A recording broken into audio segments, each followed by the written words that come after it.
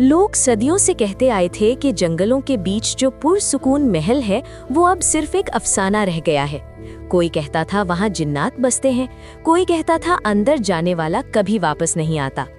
लेकिन असल सच ये था कि उस महल में 4 शहजादियां अबदी नींद में कैद थीं और सदियों में पहली दफा एक आम सा लड़का उस राज के दरवाजे तक पहुंचने वाला था।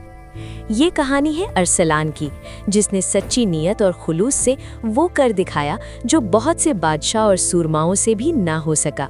घने जंगल के बीच एक बड़ो कद महल खड़ा था। इसके सुनहरी मीनार बादलों को छू कर गुजर जाते थे। दीवारों पर चमकदार बेलें यूं लिपटी हुई थीं जैसे सदा कोनून में जम गई हों। लोग कहते थे कि इस महल के अंदर 4 सोई हुई शहजादियां बंद हैं और उनके जागने पर ही पूरी सल्तनत की रोशनी वापस आ सकती है, मगर कोई उन्हें जगा नहीं सकता था। माहीन, रोशनी और उम्मीद की शहजादी। उसकी मुस्कुराहट से अंधेरा पिघल जाता। वो हर वक्त उम्मीद का चिराग बनकर रहती। सहर, इल्म और हिकमत की शहजादी। किताबों की दीवानी, हर राज जानने वाली। वो कहती, इल्म वो रोशनी है जो कभी बुझ नहीं सकती। नाहिद, मौसीकी और सुकून की शहजादी। उसकी आवाज़ में ऐसी खामोशी थी कि परिंदे भी परवाज़ भूल जाते। उसकी धुन दिल के जख्मों को भर देती। रेशम, फितरत की राजदार। दरख्त, हवा, जानवर सब उसे पहचानते थे। वो फितरत की जुबान समझ सकती थी। इन सब खूबियों से जलन खाती अंधेरी परी ने एक सख्त मंजर फूंका, जिसमें 4 शहजादियां हमेशा के लिए नींद में चली गईं। पूरी सल्तनत अंधेरे में डूब गई। नेक परियों ने महल के गिर्द ऐसा हिसार बनाया जो सिर्फ उस शख्स को टूट कर देगा जो बिल्कुल बेलालच, साफ दिल और सच्ची फितरत रखता हो। सदियां गुजर गईं, कोई भी उस जादू का हकदार न निकला। फिर अरसलान आया। अरसलान एक आम सा मुसाफिर था, ना ताकत, ना दौलत, ना कोई शाही निशान, लेकिन उसका दिल बिल्कुल साफ था। जैसे ही उसने महल के हिसार को छुआ, वो रोशनी में बदलकर हवा में घुल गया। फिर एक आवाज गूंजी, अरसलान, 4 शहजादियां तुम्हारी राह देख रही हैं। उन्हें जगाने के लिए तुम्हें 4 आजमाइशों से गुजरना होगा। अरसलान एक लंबी गहरी अंधेरी राह में दाखिल हुआ। साए उसे रोकने की कोशिश कर रहे थे, मगर उसने अपना हिम्मत का दिया बुझने न दिया। आखिर में उसे माहीन नजर आई, अंधेरों में कैद, बेजान सी।